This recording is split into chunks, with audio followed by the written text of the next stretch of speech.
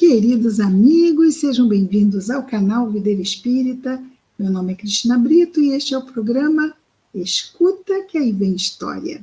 Aqui todas as semanas trazemos uma história do irmão X, o espírito Humberto de Campos, que nos trouxe suas histórias através da mediunidade de Chico Xavier. Atualmente estamos vendo as histórias reunidas no livro Reportagens de Além-Túmulo, publicado pela Federação Espírita Brasileira. Nossa história de hoje é a história 24, do capítulo 24. O título é A Estranha Indicação. Vai nos falar de um jovem, o Acácio Garcia, que apresentava uma moléstia que ninguém descobria o que ele tinha. Não vamos esquecer que essa história se passa em 1943, ainda estava acontecendo a Segunda Guerra Mundial, há 81 anos atrás. Muito tempo, né? Então vamos ver que é um outro mundo. Vamos falar aqui de termos médicos, e nós sabemos que a medicina, a psiquiatria, evoluiu muito nesses 80 anos. Portanto, não vou fazer nenhum tipo de correção, vamos ficar com o que o autor está trazendo, ok? Feita essa observação, conta-nos então Humberto de Campos. A moléstia de Acácio Garcia desafiava todos os métodos de cura. Andava o rapaz desalentado, abatido. Estampava-se-lhe no semblante dolorosa melancolia, que parecia irremediável. Nada poderia resolver. Embora as convicções espíritas da família, a situação agravava-se dia a dia. O filho de negociante abastado, ele era filho de negociante abastado, o nosso Acácio, não tivera aprovação da necessidade financeira, a lhe estimular mais amplamente a busca de recursos próprios. Ele acabou crescendo, cheio de mimos, sem a necessária experiência da vida, e isso acabou sendo o principal agente de seu desânimo.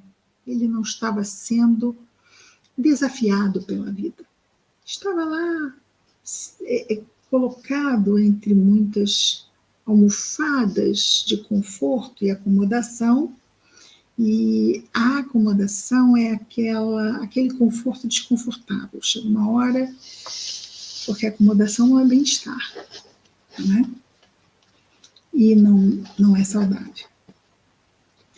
Em vão, inventavam os pais carinhosos viagens, passeios, diversões, quer dizer, menos responsabilidade ainda cheio de mimos. Isolando-se voluntariamente no seu quarto, vivia o enfermo a protestar contra o destino e a maldizer o mundo inteiro. Tudo lhe aborrecia o espírito voluntarioso. Nos dias secos, preferia a umidade. E as refeições reclamava pratos esquecidos pela cozinheira. Havia 10 anos que se manifestara o primeiro sinal da enfermidade estranha. Acácio, entretanto, não revelava lesão alguma. Examinado por vários médicos, de todos recebera advertências animadoras, e os pais chegaram a reconhecer que os médicos prescreviam medicação mais por gentileza que por necessidade. Referiam-se alguns a depressões nervosas, outros a sífilis hereditária. E o doente continuava cada vez pior, irritadiço, quase intolerável. Fechava as portas, um estrondo, ou seja, batia as portas, esmurrava mesas, a menor contrariedade. Preocupadíssimos, os pais resolveram voltar ao tratamento psíquico, procurando dessa vez o velho Rodrigues. Esse psíquico aqui tem a ver com o espiritual, ok? O velho Rodrigues, que era um trabalhador espírita, que se notabilizara como doutrinador eficiente em conhecidas reuniões espíritas, e nos iniciou-se a peregrinação diária, difícil e penosa. Para onde? Para a casa espírita. Levar o filho lá. À noite, tornava-se preciso arrancar o doente de casa a automóvel. Acácio chorava, debatia-se, resmungava. À custa de enorme esforço, sentava-se no recinto, ouvindo silencioso preleções evangélicas ou dissertações mediúnicas. Ou seja, espíritos que falavam através dos médiuns. Na primeira semana, o pai dirigiu-se ao orientador das sessões, o nosso Rodrigues, e explicou: precisamos trabalhar a favor de meu filho. A meu ver, a enfermidade de Acácio resulta de tremenda obsessão. E passando a mão pela fronte, em sinal de cansaço, acrescentava: há 10 anos que lutamos desesperadamente. Médicos, remédios, passes mediúnicos, distrações, sem falar na fortuna que esse tratamento constante me obriga a despender. Não concorda comigo quanto à certeza de estarmos diante de um terrível assédio de entidades inferiores? Com a moléstia do rapaz, foi-se-nos a tranquilidade para sempre. Minha mulher não sabe a que atender, e eu, de minha parte, sinto esgotar-se-me a resistência. O velho Rodrigues, trabalhador espírita, olhar comovido, esboçou um gesto de paciência que lhe caracterizava sempre e disse: o senhor tem razão. Submeterei, levarei o assunto aos nossos protetores. Intensificaremos a devida assistência e organizaremos sessões práticas, ou seja, mediúnicas, destinadas à doutrinação dos espíritos perversos, que estariam obsidiando o rapaz.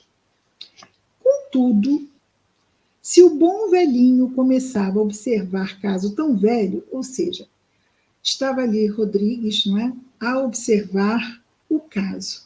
Mas era um caso antigo, 10 anos já que estava acontecendo. Essa providência não era nova, da família procurar uma casa espírita. Não era nova.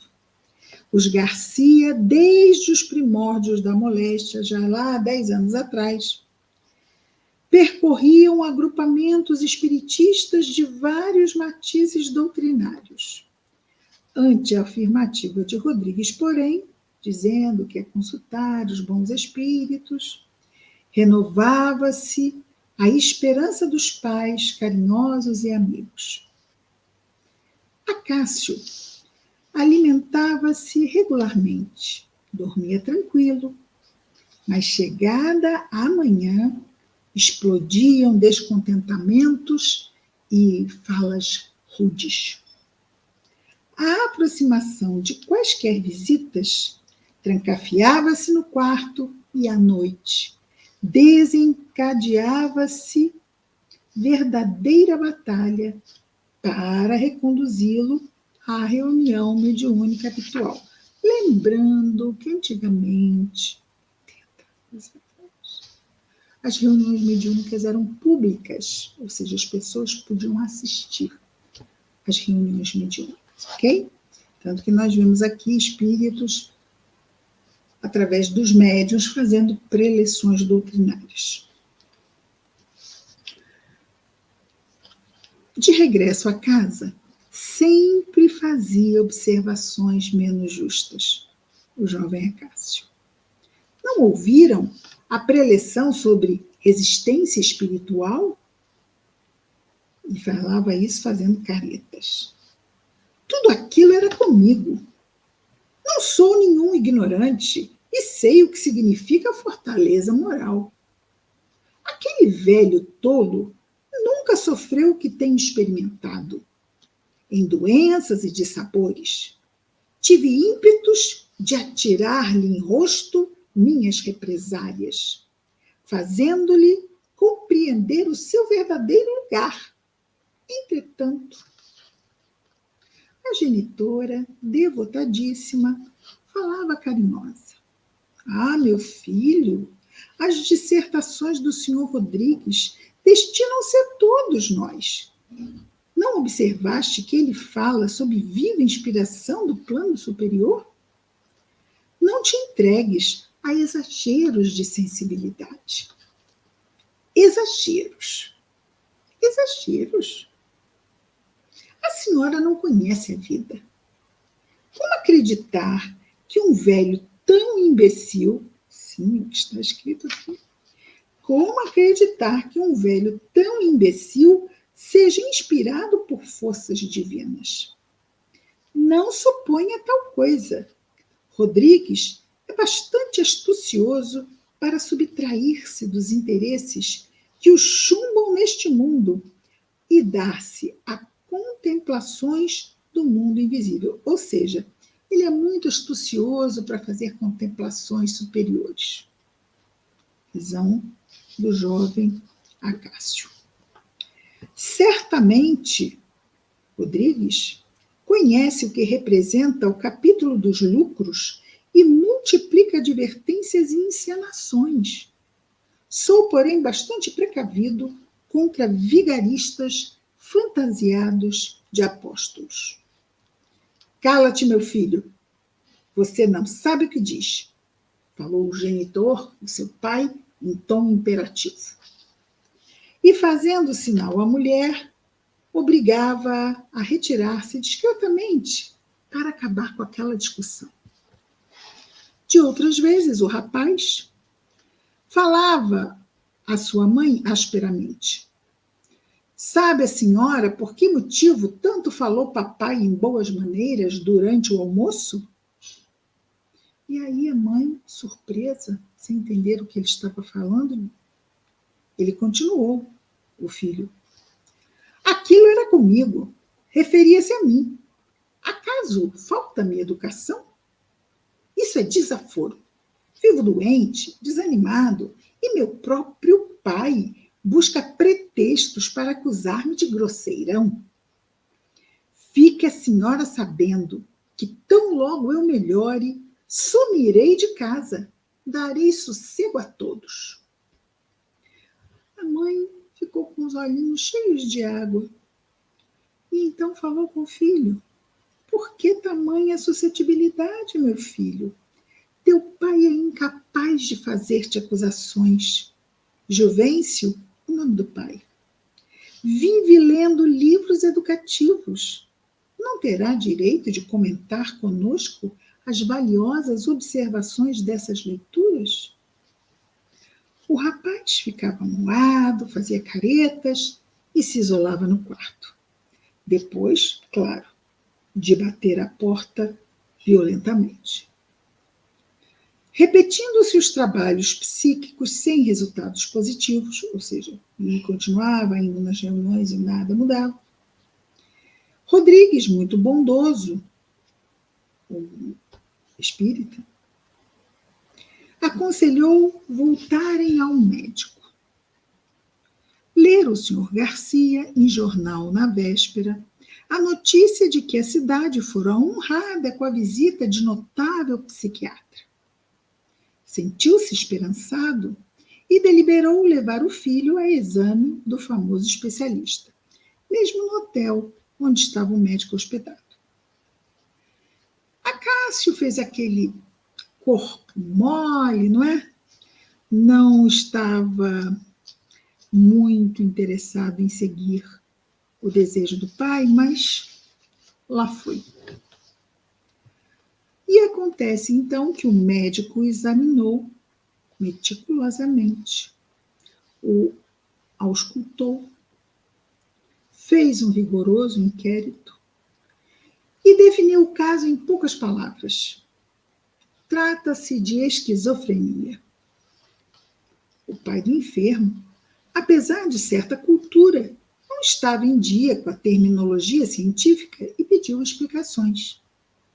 O médico esclareceu que aludira à mais difícil das moléstias nervosas, ou seja, que ele levantou esse diagnóstico das mais difíceis moléstias nervosas e mentais, referindo-se largamente à patologia da loucura, que ele começou a falar, né?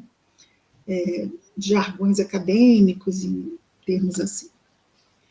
A patologia da loucura e a neurologia, acrescentando após inumeráveis citações. Estamos presentemente no Brasil com a cifra apavorante de mais de 100 mil esquizofrênicos. Os pais receberam aquele diagnóstico, foram embora. Retiraram-se os Garcia, levando a receita cheia de complicadas indicações, mas praticamente sabiam tanto quanto ao penetrarem no hotel, ou seja, saíram sem entender nada. Porque ali se improvisou um consultório médico no hotel. Nada valeram medicamentos exóticos e injeções caríssimas. Agravando-se a situação de Acácio, a família voltou ao grupo doutrinário. Como sempre, o velho Rodrigues permanecia no seu posto, atendendo na medida das possibilidades justas. O enfermo, porém, saía das reuniões mais queixoso do que nunca. Amaldiçoava dissertações, recusava ensinamentos. Oh, rebeldia, não é não? Continua o nosso Humberto de Campos. Numa das sessões, todavia, estava-lhe reservada bela surpresa. Quando menos o esperavam, surge um espírito amigo que se dirige ao doente em página comovedora. Ele se apresentou dizendo chamar-se Filopatos. Depois de aludir aos laços que os uniam, de um passado remoto, prosseguia. Lembra-te, Acácio, que recebeste oportunidade santa de trabalhar na terra em benefício de ti mesmo. Faz-se indispensável não conceder tamanha importância às impressões nervosas. Exatamente o que a mãe tinha dito a ele, não é? Levanta-te do torpor espiritual de tantos anos. Não te cansaste ainda dessa atmosfera de queixas, de isolamento, de enfermidade? Aprende a seguir o dia, cada vez que o dia ressurja. A vida é um cântico de trabalho e criação incessantes. Não te detenhas no túmulo das preocupações inferiores, ou seja, para mostrar que as preocupações inferiores seja algo que realmente não devemos nos deter. Busca a convivência dos familiares, dos amigos, dos irmãos de luta e, sobretudo, não deixes a confiança em Deus fora do coração, recordando que permanecemos contigo.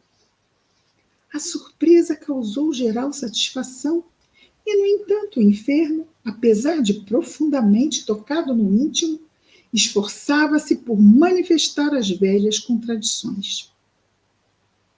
Em casa, seu pai, Juvencio Garcia, na qualidade de estudioso da etimologia, ou seja, das palavras, da formação das palavras, sentiu-se na obrigação de oferecer alguma definição do mensageiro ao seu filho e acentuou. Deve tratar-se de entidade muito interessante. Filopatos quer dizer amigo das doenças ou amigo dos doentes. Os Garcia andavam exultantes, mas o teimoso Acácio repetia a cada momento. É preciso ver para crer, e eu só poderia aceitar essa mensagem se me encontrasse com esse espírito. Entretanto, as manifestações do mensageiro continuaram noutras reuniões. O doente as recebia de pé atrás.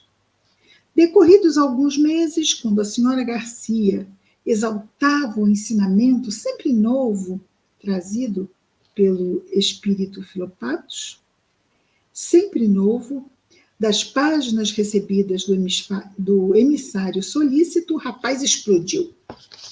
Mas por que, Filopatos, não dá logo a indicação necessária à minha cura?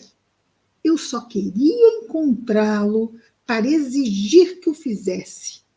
Se formula tantos conceitos, tantos conselhos, por que não formula os remédios de que careço há mais de 11 anos? Entretanto, para aumentar-lhe a surpresa nessa mesma noite, a entidade prometeu que se encontrariam pessoalmente, à primeira oportunidade durante o sono. Então, ele se desdobraria durante o sono e iria encontrar com esse bom espírito. E embora a má vontade e a preguiça mental, Acácio Garcia sonhou, após uma semana, que se encontrava junto do amigo, em esfera de grande atividade e beleza no mundo espiritual. Diante da luminosa auréola que cercava o benfeitor, não sabia explicar a imensa alegria que o inundava. Ele não estava, Cássio, entendendo por que ele estava tão feliz, tão jubiloso de estar perto de Filopatos. O generoso espírito aproximou-se sorrindo, entregou-lhe um papel dobrado e explicou: aqui tens a indicação necessária à tua cura, meu querido Acácio. Não a transmiti pelo médium, porque devia entregá-la quando nos encontrássemos a sós. Lê e compreende. Sumamente emocionado, o rapaz desdobrou o pequenino documento e leu maravilhado. Indicação: 10 horas de serviço ativo por dia. Muitas dificuldades e pouco dinheiro. Nuvens de preocupação e chuvas de suor.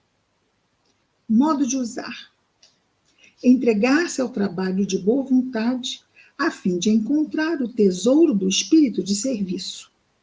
Encarar as dificuldades como instrutoras. Aprender a alcançar muita espiritualidade com reduzidas possibilidades materiais.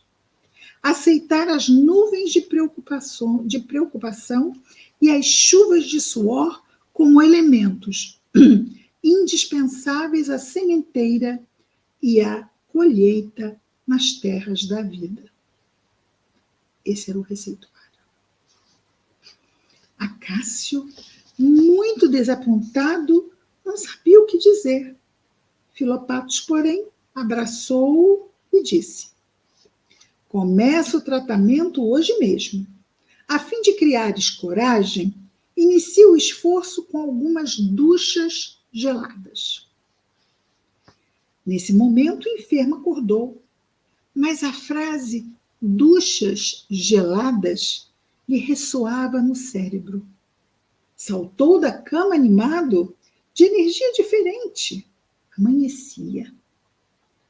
Maquinalmente tomou a toalha de banho e saiu do quarto, surpreendendo aquele impulso que não ocorria há muitos anos. A sua querida e amada mãezinha acercou-se do rapaz e perguntou aflita: aonde vais, meu filho? Vou às duchas. Esta noite marcou meu encontro pessoal com Filopatos. E desde esse dia, Acácio foi outro homem. Enfim, ele optou por se ajudar. Ajuda-te e o céu te ajudará. Se nós não criarmos condições de nos ajudarmos, quem poderá nos ajudar? Não é? Ele, enfim, pegou para si esta oportunidade e foi dar o primeiro passo encaminhando-se às duchas, que com certeza, não é? Dão aquele up. Quem já tomou uma duchazinha fria sabe, não é? Que faz o sangue circular rápido, nos deixa tanto, até meio elétricos. Mas que bom, não é? Ficamos felizes pelo nosso Acácio e esperando que todos os demais Acácios do mundo, sim, porque nós também um dia já fomos Acácio. Eu, pelo menos, tenho certeza que já fui Acácio. Não este, mas entenderam, não é? E estamos assim, recebendo a oportunidade de retornarmos mais uma vez e mais uma vez, graças a Deus, menos rebeldes, desta vez com mais disposição, e ao que nos cabe, vamos viver um dia de cada vez, abrindo o nosso coração para que Jesus possa agir em nosso favor. E nós agirmos igualmente também em nosso favor. Semana que vem estaremos de volta com mais um Escuta, que aí vem história. Até lá, muita paz a todos.